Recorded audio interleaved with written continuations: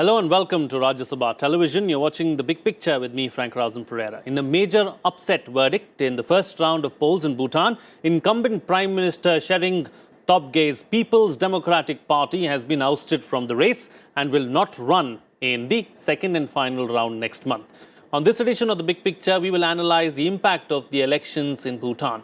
Joining me on the program today are Shiv Shankar Mukherjee, former ambassador, Major General Ravi Arora, retired Chief Editor, Indian Military Review, and Professor Sreeram Chaulia, Dean, Jindal School of International Affairs.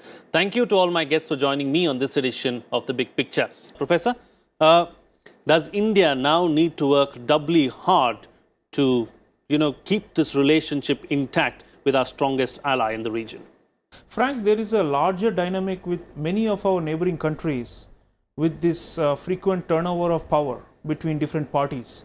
And whenever it happens, there is a perception that one of the sides is more, favorable towards India. The other side uses, the Chinese card to try and counterbalance India, especially the small countries, Nepal, Bhutan, Sri Lanka, Maldives. We are seeing that across even Bangladesh, the larger ones, there is this phenomenon.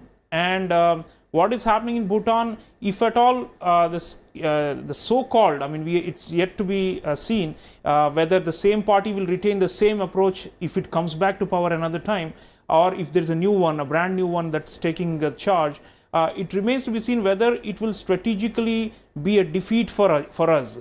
I think we have to wait, but meanwhile, what we need to do, and I think which something we need to think through our strategy is, if Sreeram Chaulia was perceived to be close to India, and we had engaged in a series of diplomatic initiatives in the last 5 years to enable him and to strengthen him and to also provide major benefits to the Bhutanese people.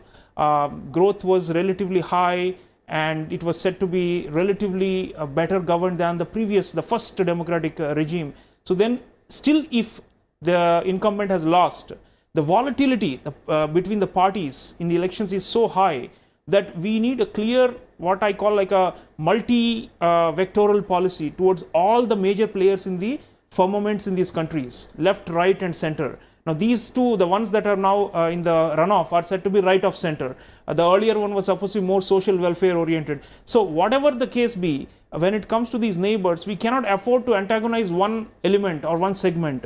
So that's the same case in Bangladesh or in Nepal, because we face this every 5 years. We think that now we are in a sweet spot, and then lo and behold, there's an election. Then we say, oh no, this one is a more pro-China faction. And another way of looking at it, of course, is, and which is wise, is not to see everything from the prism of the China shadow. Of course, Bhutan and Nepal are important. Our army chief just made a comment about it, saying that geography is something where we have an advantage in Nepal and Bhutan, which the Chinese don't have. But as we saw in Doklam last year, the Chinese encroachment on these small neighbors is tremendous, and the pressure is tremendous. So we have stood by them and we have tried to defend their interests.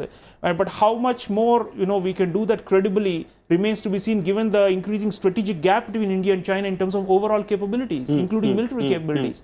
So we need to, I think, assure a lot of these small countries, not just at the level of state, but all the important political players, left, right and center, different parties, and build bridges with them. For example, just to give you a count, now suppose Mahinda Rajapaksa makes a comeback in the next elections in Sri Lanka. It's again back to square one for us, where we will say that, but we know that in politics, nobody remains pro-India or anti-India for too long in this region. For example, the Maoists in Nepal have shown a relative change of heart towards India after having burnt their fingers first time opposing us. Right. Now, so similarly, we need to work with all the parties. I think that's the bigger lesson in terms of strategy and adjustment to these, turnovers that we are seeing in these elections. Professor Chaulia, as far as the Chinese are concerned, because the general brought up the Chinese, as far as Bhutan is concerned, should we be concerned about the Chinese ploy in Bhutan? Well, you see, there are two ways of looking at it. One is, the democratic process, if it deepens and if there is a frequent change of power between parties, it's good for us, because it means that there is nothing much that the Bhutanese polity and the political system can benefit from in terms of the Chinese model, except the handouts and the cash, the bags of cash that they're coming with.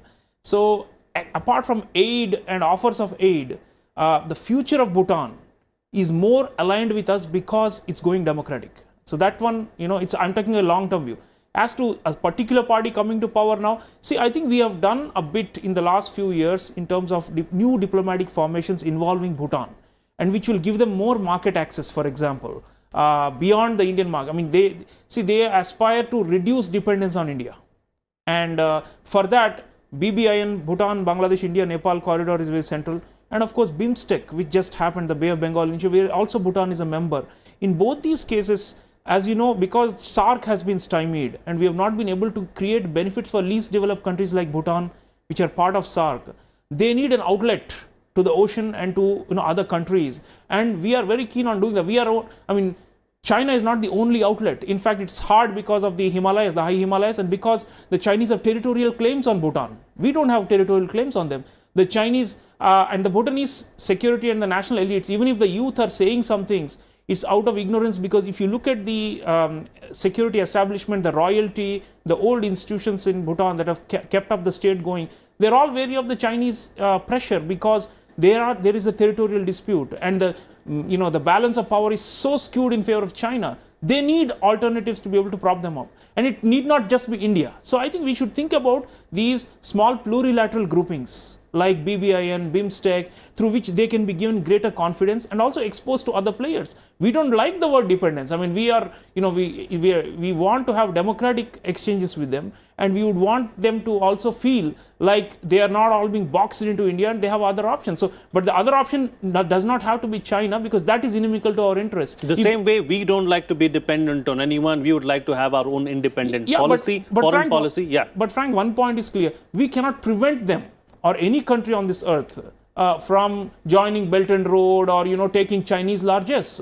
Our own closest neighbors, for example, Bangladesh and Sri Lanka, with whom the current regimes we have very close relations, have also agreed to join Belt and Road and other Chinese initiatives that are taking massive Chinese aid and assistance. So instead of being overly worried or preoccupied by them, my view is that we should do our bit, especially by bringing in smaller groups and engaging these small countries, so that they feel it's not just India that is limiting their choices. Rather, we can be a medium through which their choices can expand. Right. Professor, coming back to the elections now, after the first round of elections, of course, considering that the DPT and DNT are going to be in the runoff on the 18th of October, both parties have not said anything about India. India too has not said anything about both these political parties or what's happening in Bhutan as far as the elections are concerned.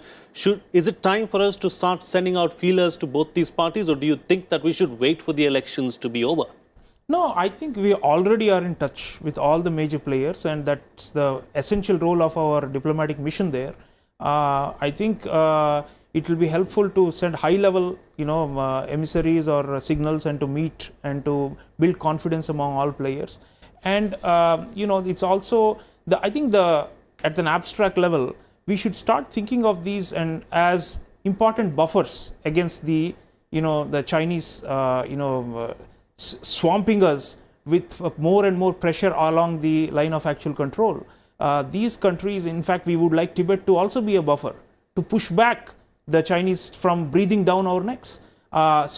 And then the Tibet fact is very central to Bhutan, because they're all Buddhist and many of them are ethnic Tibetans. And the fact that the Dalai Lama and the Tibetan exile community is here means that, and because there are Tibetan refugees also in Bhutan and in Nepal, there is constant Chinese paranoia about what these people may be doing, hatching a conspiracy to overthrow their empire in Tibet. So we need to be bringing in all these factors to play. The cultural, the Tibetan Buddhism, the Lama Buddhism, very central. And then apart from that, as I said, we have to be opening channels and offering more lines of credit. Those kind of things we do anyway. But end of the day, capacity building of Bhutan is required. You see, for them to be able to export more and to even out the imperfect trade balance, for example, they don't have enough manufacturing, it's mostly fledgling. So these are the areas. Also skill building for the youth. Now General was mentioning there is a perception among some of the youth who are receiving all kinds of goodies and freebies from the Chinese that they are better than us. Well, the thing is, We need to be able to bring in more of them and to give them scholarships in our country and build that, grassroots goodwill. It's not a big country, 800,000 people. We can easily be able to penetrate very deep because of our historical links and our presence already there. For example, the royalty, that is, I think, in many ways the fulcrum. No matter which party comes or goes, as you know, the king has not completely given up all levers of policy making. Also, it is in a stage of democratization, but it's not an absolute monarchy. And we share a good relationship with the king at the end of the day. That's the central point. So we should be using all these levers and mapping out even our overseas development assistance, critical countries that are facing the Chinese challenge, like Nepal, like Bhutan. We have been increasing our outlays year on year. Right. And we need to do that. If there is a humanitarian rescue situation, we need to be up there ahead of everyone else. Right. So there are ways to be vigilant to this and to realize the value of this and to put all the chips on the table. All right. With that, then we'll have to call it a wrap on this edition of The Big Picture. Thank you to all my guests for joining me on the program and putting things into perspective for us. That's it from me. See you again next time.